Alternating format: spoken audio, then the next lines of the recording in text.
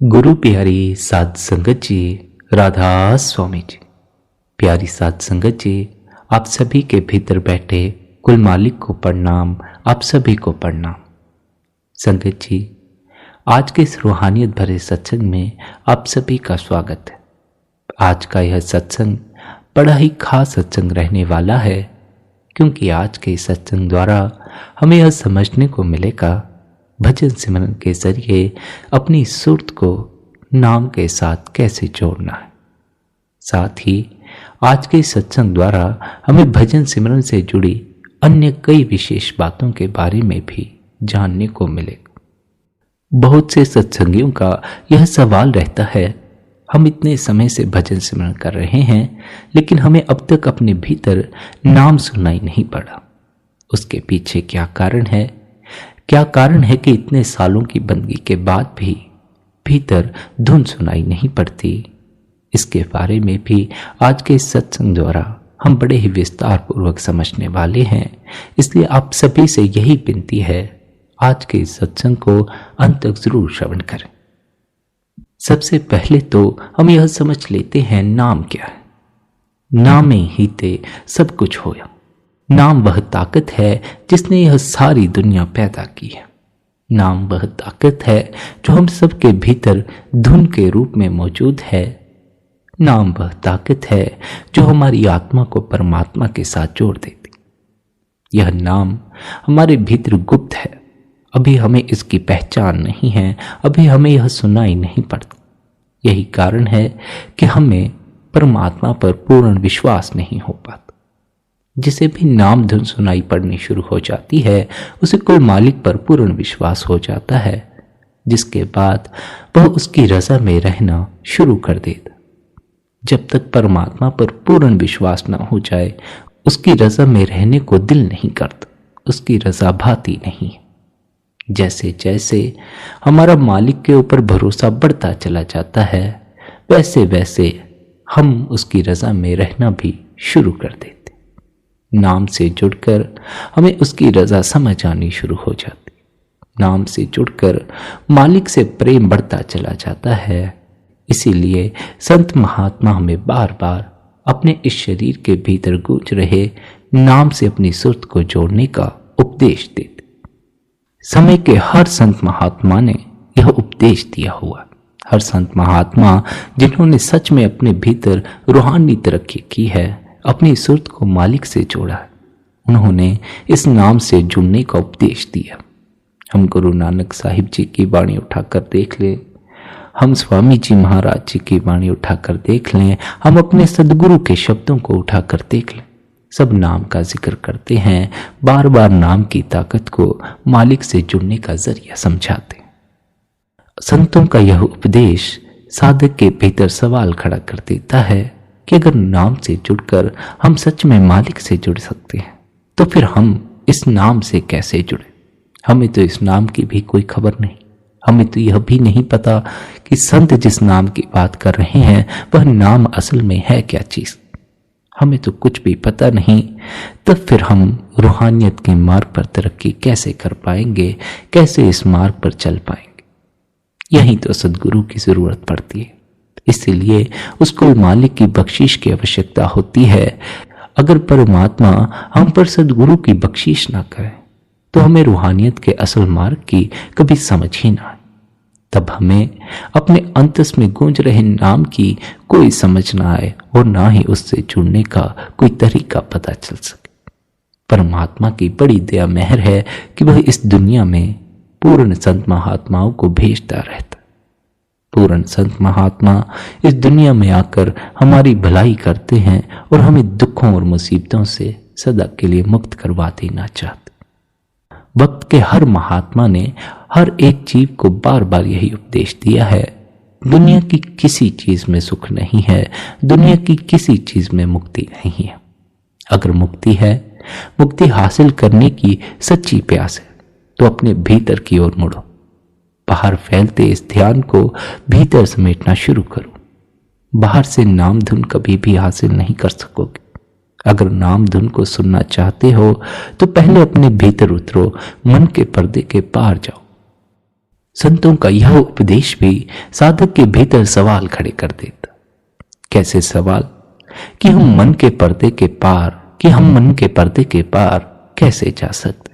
यह मन का पर्दा तो बड़ा मजबूत है, यह मन तो बड़ा ढीठ है, हमारी सुनता ही नहीं। हम इस मन के गुलाम हुए बैठे। यह मन जो बार बार दुनिया की ओर भागता है, हम कैसे इसे भीतर समेटेंगे? कैसे हम इस मन के पार जाकर अपने आप को नाम से जोड़ पाएंगे? हमारे हर सवाल का, हर मुसीबत का जवाब संत महात्माओं के पास मौजूद होता। जब साधक के भीतर सच्ची प्यास नजर आनी शुरू हो जाती है तो सद्गुरु उसे भीतर उतरने की विधि भी दे देते। भीतर उतरने का एक ऐसा तरीका समझा देते हैं जिसे हम सीढ़ी की तरह इस्तेमाल कर सकते हैं। सीढ़ी को छत पर जाने के लिए इस्तेमाल किया जाता, ऐसे ही सद्गुरु हमें कोई विधि दे देते हैं जिसे हम सीढ़ी की तरह इस्तेमाल करके अपने असल लक्ष्य परमात्मा तक पहुंच सकते। लेकिन साधक के लिए यही असल परेशानी शुरू हो जाती। जो अभ्यास उसे मन से पार जाने के लिए दिया जाता है, वही अभ्यास मन की पकड़ बन जाता है। जो अभ्यास उसे नाम से जोड़ने के लिए दिया जाता है, वही अभ्यास उसके लिए बोझ बन जाता है।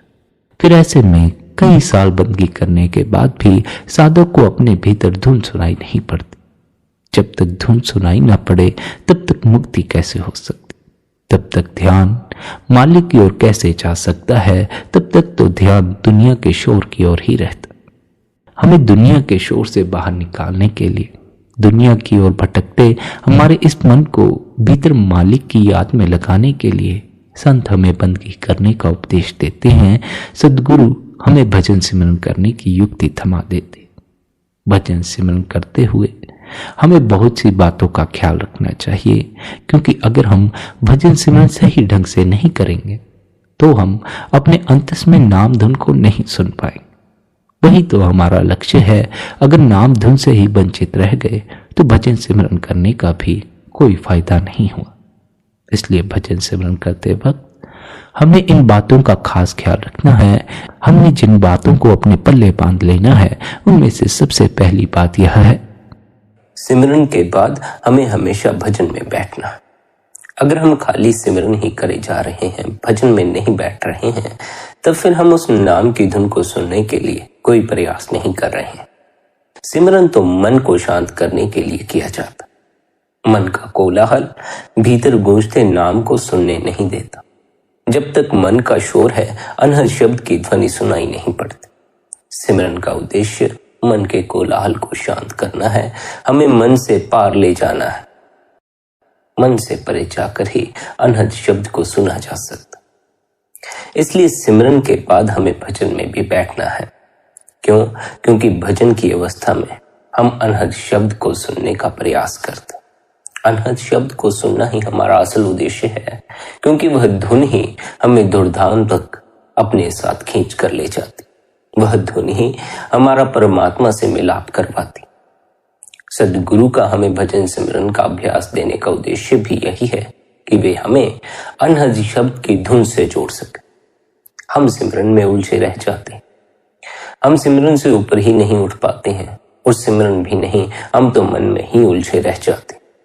मन में पड़े पड़े ही सिमरन कर लेते हैं और सोचते हैं भजन हो गया, ध्यान हो गया।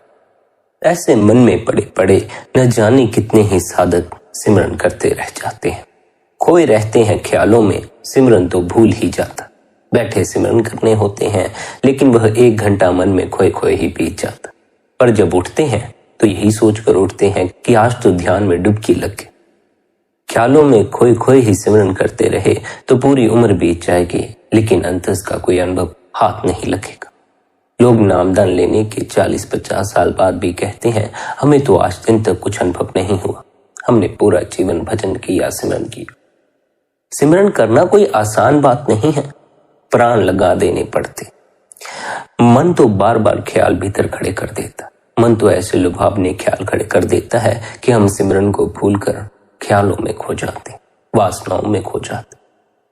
ध्यान करते समय अगर भीतर काम के ख्याल उठाएं तो ध्यानी ध्यान को भूलकर काम के ख्यालों की ओर अग्रसर हो जाता। हर बार हमारे साथ ऐसा ही होता है। हम बैठते तो सिमरन में हैं, लेकिन मन न जाने कैसे कैसे ख्याल खड़े कर देता है। हम सिमरन को भूलकर मन में ही खो जाते। बैठते हैं सिमरन के लिए, लेकिन कोई खो जाता है धन के ख्यालों में, कोई खो जाता है पद के ख्यालों में, कोई खो जाता है स्त्री के ख्यालों में, कोई खो जाता है पुरुष के ख्यालों। स्मरण रहे प्राण की बाजी लगा देनी पड़ेगी। इतनी आसानी से सिमरन नहीं हो जाता। मन तो पूरा जोर मारता है और हम भी बार बार खो जाते हैं ख्यालों में, वासनाओं में। हमें हिम्मत करके अपने आप को इन ख्यालों और वासनाओं में खो देने की बजाय सिमरन में अपने आप को लगाना चाहिए। पर तब हम इतनी हिम्मत जुटा नहीं पाते हैं। तब हम मन के पीछे लग जाते हैं। सिमरन भूल जाता है। सिमरन कर रहे थे यही भूल जाता है। बैठे किस काम के लिए थे यही खबर नहीं रहती। खो जाते हैं मन में। मन का बड़ा जोर है। इसके जोर को कम करने के लिए ही सद्गुरु अपने शिष्य को भजन सिमरन की युक्ति थमाता है। वह अपने शिष्य से कहता है कि यह अभ्यास करो, मन धीरे धीरे वश में आना शुरू हो जाएगा। लेकिन मन वश में आएगा कब? जब आप सिमरन करते समय मन में ना खोकर अपने आप को सिमरन में लगाएंगे। इसी को मन से लड़ाई करना भी कहते। हालांकि हमें मन से कोई झगड़ा नहीं करना पड़ता, लेकिन जब मन हमारे सामने लुभावने सपने रखता है, उसके बावजूद हम उस तरफ न जाकर अपने आप को सिमरन में लगा लेते हैं, तो यह एक तरह से मन के साथ लड़ाई कही जाती। जब आप अपने को मन के पीछे लगाने की बजाय अपने को सिमरन में लगाएंगे, तब आपको बड़ी कठिनाई भी मालूम पड़ेगी। तब आपका जी भी बड़ा घबराएगा। आपका दिल ही नहीं करेगा कि आप सिमरन करें। इतनी बेचैनी भीतर पैदा हो जाएगी। उसी क्षण में हिम्मत चाहिए होती है जब भीतर बेचैनी पैदा होती। उसी क्षण में हमें हिम्मत करनी पड़ती है जब भीतर हमें घबराहट होती है, लेकिन हम उस क्षण को ही गवा देते। हम तो उस क्षण में सिमरन से भागना शुरू कर देते हैं, भजन से भागना शुरू कर देते हैं। हमें भय लगता है, हम जरा सी बेचैनी भी बर्दाश्त नहीं कर सकते। मन का छूटना बेचैनी पैदा करता ही है, क्योंकि इतने समय तक मन का साथ पकड़े रखा है। उसके साथ रहे हो, उसके साथ रहने की आदत पड़ गई। हम अगर एक कमरे में अपने मित्र के साथ रहते हैं, 10-15 साल के लिए उसके साथ रहते हैं, तो उससे बिछड़ने पर भी दुख होता है। लेकिन जो मन सदा से हमारे भीतर रहा है, जन्मों जन्मों से हमारे भीतर रहा है, उससे बिछड़ने पर क्या हमें दुख नहीं होगा, पीड़ा नहीं होगी? होगी ही। आदत पड़ चुकी है। जिस चीज की आदत पड़ जाती है आसानी से छूटती नहीं है, कष्ट का अनुभव देती है। इसलिए जब हम सिमरन में बैठते हैं, हम गुरु द्वारा दिए शब्दों का जाप करते हैं, मन मरने लगता है और उसके मरने में ही हमें घबराहट होती है। उस घबराहट के कारण फिर हम सिमरन को छोड़ देते हैं, मन को पकड़ लेते। मन को कितनी बार पकड़ोगे, मन को जितनी बार पकड़ते रहोगे, उतनी बार सिमरन से चूकते जाओगे। सिमरन को पकड़ो। मन को तो पकड़ा ही हुआ है। मन तो पहले से पकड़ा हुआ है। इसे छोड़ने की भी जरूरत नहीं पड़ेगी अगर आप सिमरन को पकड़। जिंदगी में यह बात ख्याल रखना, बुरे को छोड़ने में मत लग जाना, अच्छे को पकड़ने में लगना। जब अच्छा हाथ में आ जाता है, बुरा अपने आप ही छूट जाता। मन को छोड़ने की फिक्र मत करो, सिमरन को पकड़ो। जिस दिन सिमरन को पकड़ना सीख गए, मन अपने आप ही छूट जाएगा। या तो सिमरन को पकड़ सकते हो या मन को। जब तक आपने सिमरन नहीं पकड़ा, तब तक मन छूटेगा नहीं। हम या तो मन में खोए रहते हैं या मन को छोड़ने में लगे रहते हैं, सिमरन पर ध्यान नहीं देते। सिमरन को पकड़ने का प्रयास करो, मन अपने आप छूट जाएगा।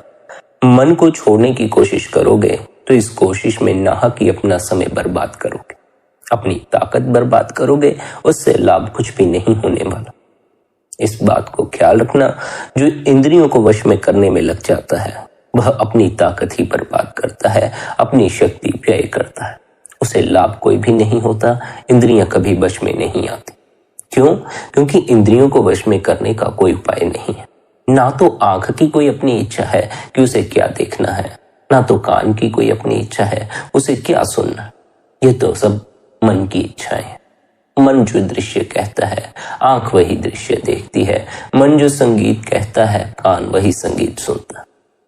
अगर इंद्रियों को वश में करना चाहते हो तो मन को वश में करना होगा। मन को वश में करने के लिए केवल इतना ही करना पड़ता है कि हमें इसे ताकत देनी बंद करनी पड़ती।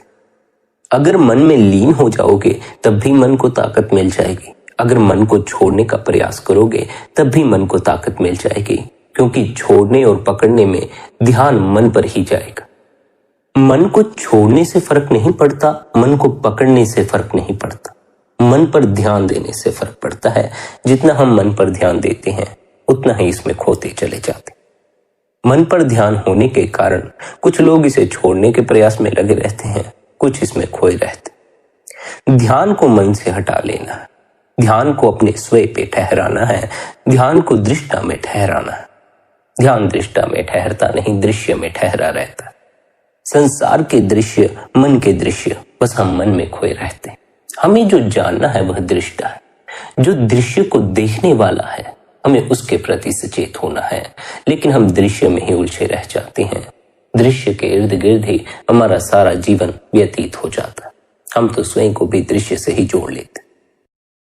दृष्टा दृश्य नहीं है, देखने वाले को जानो, दृश्य में मत खोजो। इस बात को स्मरण रखो, जो कुछ भी आपको दिखाई पड़ता है वह आप नहीं हो। आप उसे अपना होना समझ लेते हो, यह आपका भ्रम है। लेकिन जो कुछ आपको दिखाई पड़ता है वह आप नहीं। यह जो आपकी देह है यह भी आपको दिखाई पड़ती, इसलिए आप देह भी नहीं हो। सद्गुरुओं का जीवों के लिए यही उपदेश है कि जीव दृश्य नहीं दृष्टा है। दृष्टा यानी जो देखने वाला है। अगर देह हम देख सकते हैं तो यानी देह दृश्य हुई, और जो देह को देखने वाला है उसकी हमें कोई खबर नहीं, उससे हम अनजान रह जाते। वही हमारा स्वयं है, वही हमारी आत्मा है, जो हमारी ही देह के भीतर छिपी है, देह के भीतर बैठी सब देख रही है। पर हम दृश्य से चिपक जाते हैं। देह हमें नजर आती है, हम देह को अपना होना समझ लेते हैं, यह हमारी भूल है। हम उसे भूल जाते हैं जो देखने वाला, हम उसमें खो जाते हैं जो दिखाई पड़ रहा है, उसी को अपना होना समझ लेते। इस दृष्टा को जानने के लिए ही, अपने स्वयं को जानने के लिए ही सद्गुरु हमें निरंतर भजन सिमरन करने का उपदेश देते। निरंतर का क्या अर्थ होता है? निरंतर का अर्थ यह नहीं होता हर रोज, निरंतर का अर्थ होता है हर पल। हर पल जब आपके भीतर गुरु द्वारा दिए हुए सिमरन का जाप चलना शुरू हो जाएगा, उस समय आपकी भक्ति मुकम्मल होना शुरू हो जाएगी। हम तो निरंतर का अर्थ समझ लेते हैं कि हमें हर रोज भजन बंदगी में बैठना, इसलिए हम हर रोज तो भजन बंदगी में बैठ जाते हैं, हर रोज तो सिमरन करते हैं, लेकिन पल पल सिमरन नहीं करते। 1 घंटे के लिए दिन में कर लेंगे, बस उसके बाद भीतर मन ही मन होता है। सिमरन तो फिर पूरा दिन लौट कर आता ही नहीं। जिस दिन से आपके भीतर 24 घंटे सिमरन का जाप चलना शुरू हो गया, उस दिन ही आपकी असल आंतरिक यात्रा शुरू हो गई। उस दिन से ही आपको अंतस के अनुभव होने शुरू होंगे। तब कहीं जाकर ही आप कह सकते हैं कि भजन बंदगी करने से अंतस का अनुभव होता। वरना तो आप ही 30-35 साल भजन बंदगी करने के बाद यही बोलेंगे, भजन करने से कुछ भी नहीं होता, मुझे तो कुछ अनुभव नहीं हुआ। होगा भी नहीं जब तक निरंतर भजन सिमरन की अवस्था में प्रवेश नहीं कर जाओगे। जब तक निरंतर अनहद शब्द की ध्वनि सुनाई पड़ना शुरू ना हो गई, तब तक अंतस के अनुभव होना शुरू नहीं होंगे। हमारे भीतर तो सिमरन ही निरंतर वास नहीं करता, अनहद शब्द की ध्वनि कैसे वास कर सकती? इस बात को ख्याल में रखें, अनहद शब्द की ध्वनि परमात्मा से जोड़ती है, सिमरन परमात्मा से नहीं जोड़ता है। सिमरन तो परमात्मा की याद पैदा करता है, उस याद से मन ढलना शुरू हो जाता है और मन उस मालिक की तरफ गति करना शुरू कर देता है, बुरे काम छोड़ देता। जिस दिन आपके भीतर गुरु द्वारा दिया हुआ सिमरन हर पल होना शुरू हो गया, उस दिन से आपका मन भी गलत की तरफ जाना बंद हो जाएगा, काम वासना की तरफ जाना बंद हो जाएगा, इच्छाओं के पीछे पागलों की तरह दौड़ना बंद हो जाएगा, मान सम्मान के लिए दौड़ना बंद हो जाएगा, धन के लिए दौड़ना बंद हो जाएगा। साधक केवल अपनी आवश्यकता अनुसार ही धन को अर्जित करते, उनके भीतर लोभ तो होता नहीं है, इसलिए वे केवल अपनी जीविका चलाने के लिए ही धन के लिए कार्य करते। हम तो लोभवश धन के पीछे पड़े हुए हैं। हमें जीने से मतलब नहीं है, हमें इच्छाओं और वासनाओं की पूर्ति से मतलब है। और आज जैसा समय है, हमारी इच्छाएं और वासनाएं धन से ही पूरी हो सकती हैं, और जितना अधिक धन हमारे पास होगा उतनी ही अधिक हम अपनी इच्छाएं और वासनाएं पूरी कर सकते। इसलिए आज हम लोभवश धन इकट्ठा करने में लगे हुए हैं। जीविका अनुसार धन इकट्ठा करने का हमारे भीतर कोई ख्याल नहीं। ऐसा ख्याल तो उसके भीतर ही पैदा हो सकता है जो इच्छाओं और वासनाओं के पीछे ना दौड़ता। इच्छाओं और वासनाओं की पूर्ति के लिए तो अधिक धन की आवश्यकता बहुत ही जरूरी है। अगर आपके पास धन की मात्रा कम है तो आपकी इच्छाएं और वासनाएं पूरी होने नहीं वाली।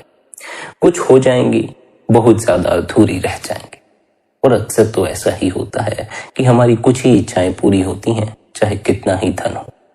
अधिक इच्छाएं तो अधूरी ही रह जाती हैं। सभी के साथ ऐसा ही होता है। सबकी इच्छाएं और वासनाएं अधूरी रह जाती। किसी को अंत में ऐसा नहीं लगता कि मेरी इच्छाएं पूरी हो गई, मेरी वासनाएं पूरी हो। सब यही कहते हैं कि अभी मेरी यह इच्छा बाकी रह गई है, हे परमात्मा अभी मुझे बख्श दे, अभी मेरे प्राण मत छीन। ये इच्छाओं और वासनाओं की दौड़ तब तक थमने को नहीं है जब तक ध्यान मन पर टिका है। फिर चाहे वह ध्यान मन पर इस नजरिए से दिया जाता हो कि मन को छोड़ना है, या इस नजरिए से दिया जाता हो कि मन में लीन रहना। ध्यान मन पर है तो हम उलझन में हैं। हमें मन से अपने ध्यान को हटाना है। उसके लिए सद्गुरु हमें सिमरन के शब्दों का जाप दे देते।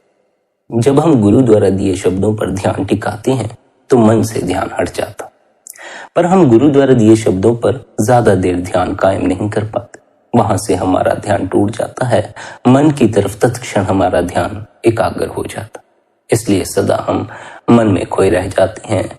फिर हमें किए हुए सिमरन का भी कोई फल नहीं मिलता। फिर हम कहते हैं सिमरन करने से हमें कुछ भी लाभ नहीं हुआ, भजन करने से हमें कुछ भी लाभ नहीं हुआ। होगा भी नहीं जब तक मन पर ध्यान है। ध्यान सिमरन पर रखो। ना तो मन को छोड़ने की जद्दोजहद में पड़ो, ना तो मन में लीन रहने की जद्दोजहद में पड़ो। बस अपने आप को सिमरन में डुबाने की कोशिश करो। कठिनाई बहुत होगी, आसान नहीं है। आप किसी दिन 1 घंटे के लिए अपने आप को पूरी तरह सिमरन में डुबाने की कोशिश करके देखें। ऐसा करके देखें कि अब मेरे भीतर केवल सिमरन का जाप ही चलेगा, और कोई भी चीज मेरे भीतर चलती हो तो मैं उसकी तरफ ध्यान नहीं दूंगा। मैं अपना ध्यान सिमरन की तरफ रखूंगा। आप 5 मिनट भी बड़ी कठिनाई से बैठ पाएंगे। 1 घंटा बैठना तो बड़ी दूर की बात। जिस दिन आपने अपने प्राण सिमरन के लिए लगाने शुरू कर दिए, उस दिन आपको खबर लगेगी कि सद्गुरु ऐसा क्यों कहते हैं। यह मार्ग साहसी जीवों का मार्ग। जो कायर हैं, जो कमजोर हैं, वे इस मार्ग पर जल्दी ही पीछे हट जाते हैं, क्योंकि बड़ी हिम्मत की जरूरत है अपने आप को पूर्ण होश से गुरु द्वारा दिए हुए शब्दों के जाप में लगा लें। 5 मिनट के लिए भी जिस दिन आप अपना पूरा ध्यान सिमरन में लगाएंगे, उस दिन या तो आप सिमरन के आनंद का अनुभव कर लेंगे, या तो आप फिर सिमरन करना छोड़ देंगे। साहसी लोगों का कार्य है। मन से ऊपर उठना इतना आसान कार्य नहीं है।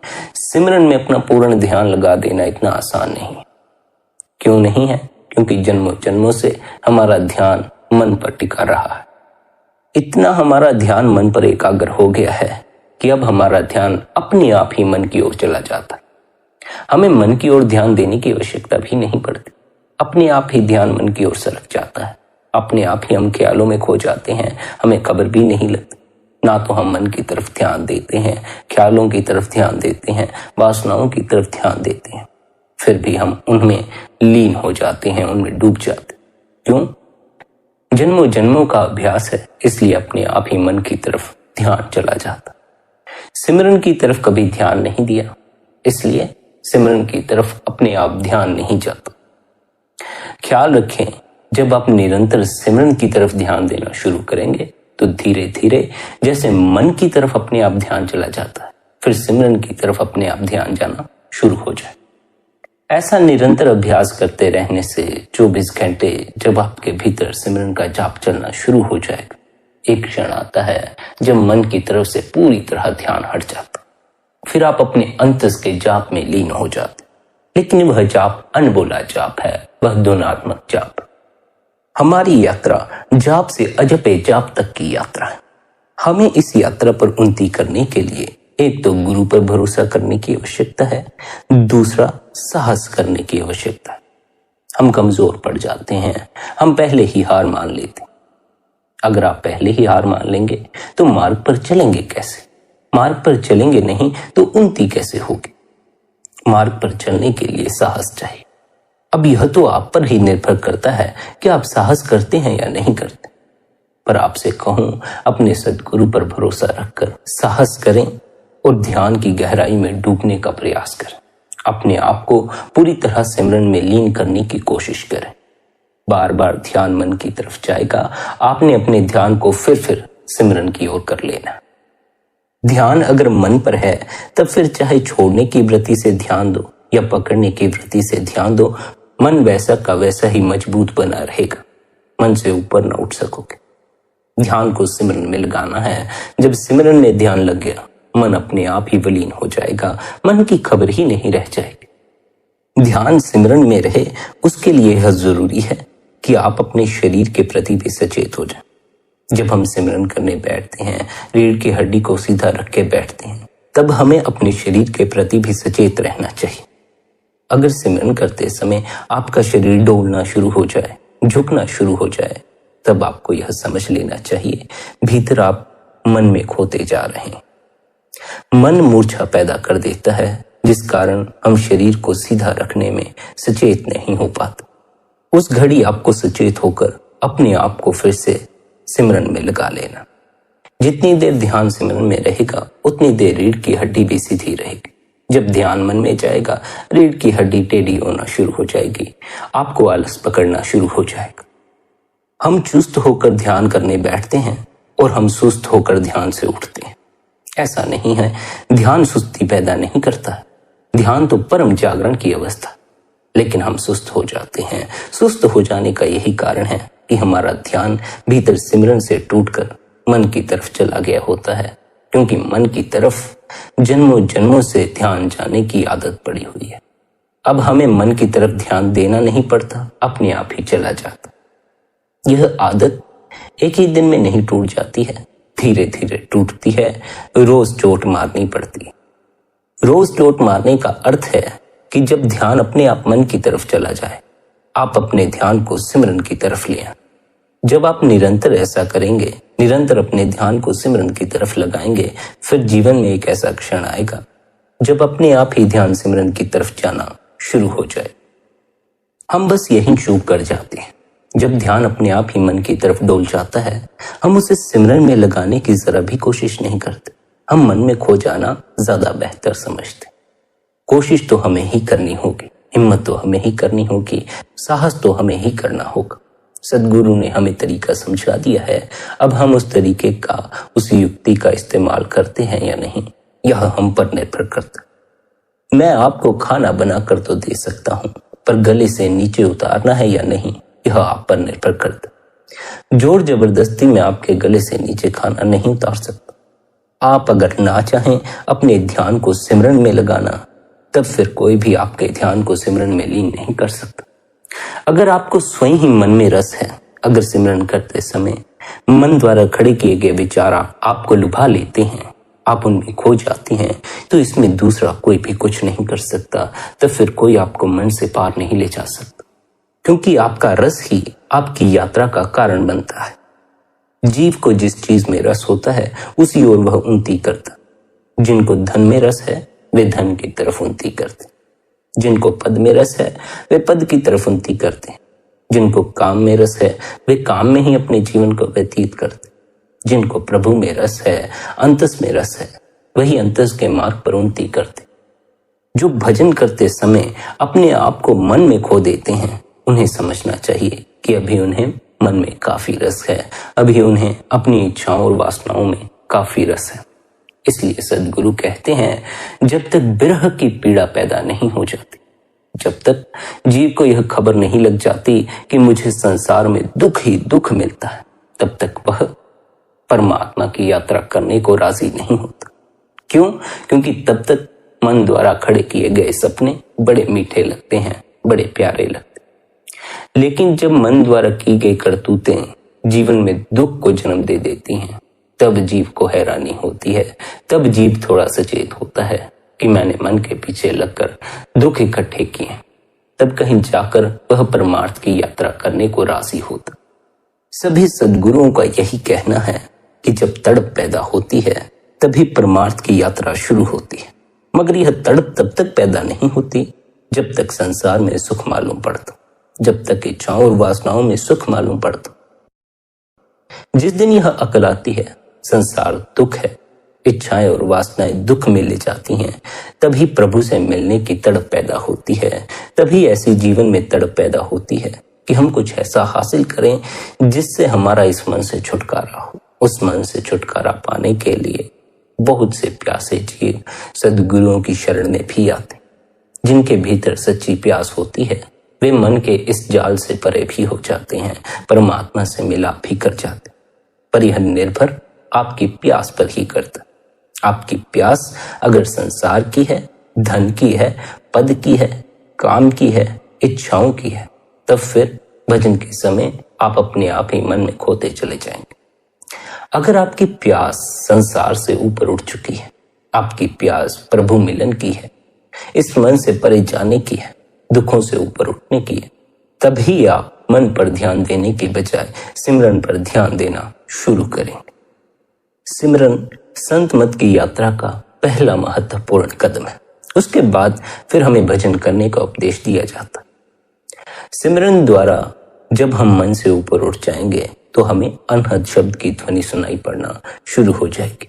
पहले वह ध्वनि हल्की हल्की सुनाई पड़ेगी।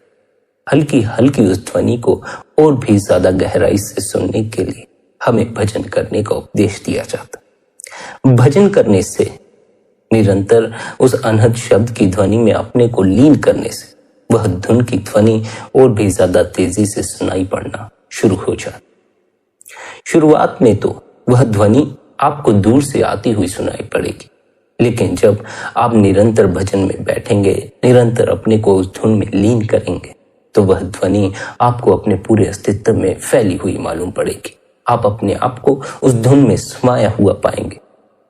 यह धुन उस आत्मा की सुनने की शक्ति है, और यह प्रकाश जो हमारे भीतर है आत्मा की देखने की शक्ति है। जब हम प्रकाश में अपने ध्यान को लीन करते हैं तो हम प्रकाश के सहारे अपनी आत्मा तक पहुंच जाते। जब हम धुन में अपने ध्यान को लीन करते हैं तो हम धुन के सहारे अपनी आत्मा तक पहुंच जाते। हमारा असल उद्देश्य अपनी आत्मा, अपने स्वयं तक पहुंचने का, क्योंकि आत्मा ही सूक्ष्म जगत की यात्रा कर सकती है और आत्मा ही परमात्मा में समाने के योग्य। देह तो परमात्मा में नहीं समाती है, देह तो मिट्टी में समा जाती। धुन की सहायता से हम आत्मा तक पहुंचते हैं, क्योंकि धुन भी उस आत्मा से ही निकल रही है। प्रकाश की सहायता से हम आत्मा तक पहुंच जाते हैं, क्योंकि प्रकाश भी उस आत्मा से ही निकल रहा है। लेकिन यह जो अवस्था है धुन को सुनने की, प्रकाश को देखने की, यह मन के तल पर खड़े खड़े अनुभव में नहीं आती। अगर आपने मन का साथ नहीं छोड़ा है तो आप रूहानी नजारे अनुभव नहीं कर सकते। रूहानी नजारों का अनुभव मन से ऊपर उठकर ही होता है, क्योंकि रूहानी नजारे माया की नगरी से परे हैं। मन तो माया का गुलाम है, माया का यह संसार है। मन इससे परे जीव को जाने नहीं देता। मन यहां तक ही सीमित है। इसलिए अगर मन से कोई ऊपर उठे तभी इस जगत के परे के जगत की खबर लगती। मन इस जगत की ही खबर देता है, इसलिए मन में उलझे जीव इस जगत में ही लौट लौट कर आ जाते। मन से ऊपर उठो तब फिर रूहानी यात्रा शुरू हो सकती। रूहानी यात्रा का क्या अर्थ है? रूहानी यात्रा का अर्थ है उस परमात्मा तक पहुंचने का, उस परमात्मा से मिलने की यात्रा करना। परमात्मा आनंद का सागर। जिस दिन आप रूहानी सफर, अपनी अंतस की यात्रा करना शुरू कर देते हैं, उस दिन से आपको अपने भीतर आनंद का अनुभव होना शुरू हो जाता। आपको अपने सर से बोझ का हल्का होना अनुभव होता। आपको ऐसा लगता है कि अब मेरे भीतर प्राण भर आए हैं, अब मेरे भीतर सुगंध भर आई है, अब मैं फिर से साहसी हो गया। यह सब अपनी आत्मा के निकट पहुंचने पर अनुभव होता है, या फिर तब अनुभव होते हैं जब आप अपनी आत्मा के निकट जाने की यात्रा कर रहे होते। अपने स्वयं से मिलने की जो यात्रा है वह आनंद से भरी हुई यात्रा। अपने स्वयं से दूर होने की जो यात्रा है वह दुख से भरी हुई यात्रा। अपने स्वयं से दूर होने का क्या अर्थ है? अपने आप को भूलकर, अपनी आत्मा को भूलकर अपनी देह को अपना होना समझ ले। देह आत्मा से बड़ी दूर हो जाती। जब हम देह की यात्रा में लग जाते हैं, दुख ही दुख उठाते, पर जब हम अंतस की यात्रा शुरू कर देते हैं, देह को भूलकर अपनी आत्मा के स्मरण में लगते, आनंद ही आनंद बरसना शुरू हो जाता। इसी यात्रा का सद्गुरु हर जीव को उपदेश देते हैं, क्योंकि इसी यात्रा पर चलकर जीव अपने परम धाम भी पहुंच सकता है और आनंदित भी हो सकता। बाकी सभी मार्ग तो हमें दुख में धकेलते। जो भी भीतर के मार्ग को छोड़कर बाहर के मार्ग पर चलता है, फिर चाहे वह मार्ग कितने ही सुख से भरा हो, वह अंत में दुख का ही अनुभव करता। अंतस की यात्रा ही सुख की यात्रा है। अंतस की यात्रा ही दुखों से ऊपर उठने की यात्रा। अंतस की इस यात्रा को शुरू करने के लिए मन से ऊपर उठने का प्रयास करो। मन से ऊपर उठने का प्रयास करने का अर्थ यह नहीं कि आप मन से छेड़खानी करने लग जाओ। कहने का भाव केवल इतना ही है कि जब भी ध्यान मन की ओर चला जाए, आप अपने ध्यान को मोड़कर सिमरन में लगाना शुरू कर दें। अपने आप ही ध्यान मन की ओर चला जाता है, आपको मन की ओर ध्यान देना नहीं पड़ता। क्यों? क्योंकि जन्मों जन्मों से आदत हो गई। यह आदत तोड़नी होगी। यह आदत बड़ी पुरानी हो गई है, इसलिए मजबूती से पकड़ लिया। कोई आदमी लगातार 20 साल बीड़ी सिगरेट पीता हो तो उसके लिए बीड़ी सिगरेट को छोड़ना कठिन हो जाता। हमने तो जन्मों जन्मों से मन पर ध्यान देने की आदत डाली हुई है, इसलिए इस आदत को छोड़ना कठिन मालूम पड़ता। जैसे जीवन भर सिगरेट पीने वाला सिगरेट की तलब के कारण सिगरेट पीने की आदत नहीं छोड़ पाता, वैसे ही मन की तलब की आदत पड़ जाने के कारण हम मन को छोड़ नहीं पाते, मन से ऊपर नहीं उठ पाते। आदत पड़ गई है, इसकी तलब उठती है, इसलिए हमारा ध्यान इसकी तरफ अपने आप ही चला जाता।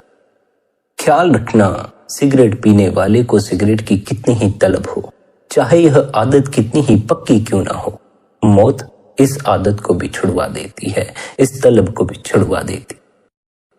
हम जिन मन द्वारा फैलाए झूठे सपनों में खोए बैठे हैं, मौत इन सपनों को भी तोड़ देती है। तब फिर हम हैरान होते हैं कि मैंने जीवन अब तक जिन ख्यालों में बिताया, जिन ख्वाहिशों में बिताया, वे ख्वाहिशें तो बेकार की ख्वाहिशें थी। लेकिन मौत के बाद पछताने से कोई फायदा नहीं होता।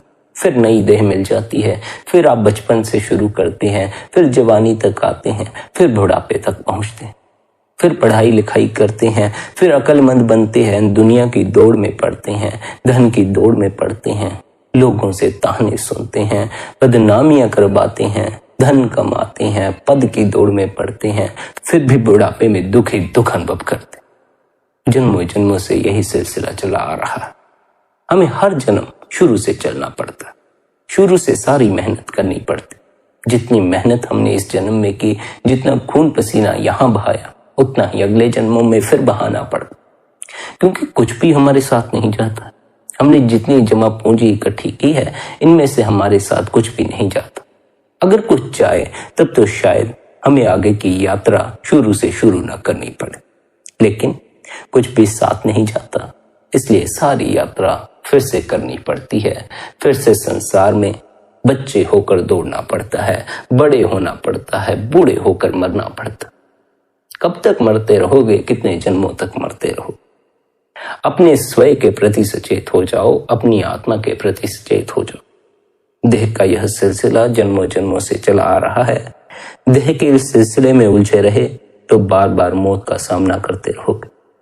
अपने असल की पहचान करो, अपनी आत्मा की पहचान करो। आत्मा कभी नहीं मरती, आत्मा अमर है। आत्मा की पहचान कर लोगे तो लौट कर देह में आना भी नहीं पड़ेगा। फिर बार बार इस संसार में वही दोबारा से करने की आवश्यकता भी नहीं पड़ेगी। आत्मा की यात्रा बड़ी और यात्रा है, परे के जगत की यात्रा है, माया के परे की जगत की यात्रा है।